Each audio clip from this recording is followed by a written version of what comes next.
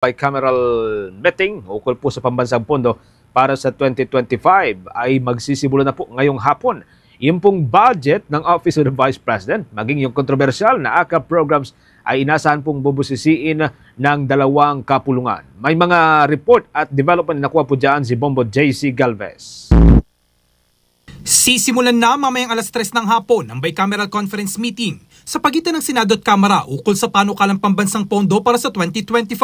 Ang panukalang pondo para sa susunod na taon ay nagkakahalaga ng 6.352 trillion pesos. Ayon kay Senate Committee on Finance Chairman Senadora Grace Poe, pangunahing pagdedebatehan ng dalawang kapulungan ang pondo ng Office of the Vice President. Dito kanya pag-uusapan kung pananatiliin ba ito sa 733 million pesos o dadagdagan. Magugunit ang unang binawasan ng pondo ng OVP sa Kamara mula sa original na 2.3 billion pesos. May ilang senador na humihirit na dagdagan ng pondo ng tanggapan ng bise. Ngunit para kay Poe ay may kapasidad ng makapagtrabaho ang OVP sa kanilang inaprobahang pondo. Pagdedebatehan din anya ang controversial na ayuda para sa kapusang kita o AKAP program ng Department of Social Welfare and Development o DSWD. Inalis kasi ito ng Senado, ngunit nais ng Kamara na maibalik ito sa BICAM meeting.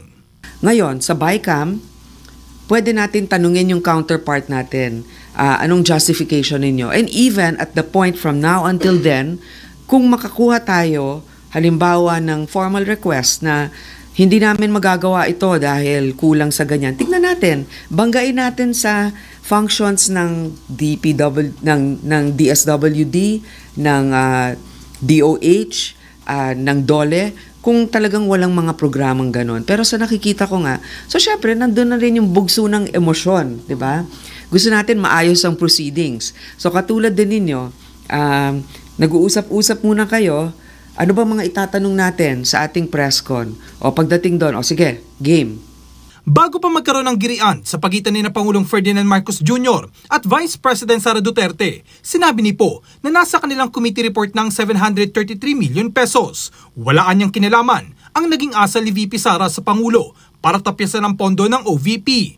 Nilinaw naman ni Poe na hindi pa rin sila sarado sa posibilidad na mabagong pondo na ibibigay sa OVP kahit pasado na ito sa Senado. Samantala, tanggap naman ni Senator Ronald Bato de la Rosa na kilalang kaibigan at kaalyado ni VP Sara na hindi nakakayanin pang mapataas ang budget ng OVP para sa 2025. Paliwanag ni de la Rosa, kung sa Senado ay hindi na ito nakalusot, papaano pa raw sa bicameral meeting ng dalawang kapulungan ng Kongreso? Para sa Bombo Network News, ako si Bombo JC Galvez, nag-uulat para sa number 1 and most trusted radio network in the country, Bombo Radio Philippines, Basta Radio. Bombo!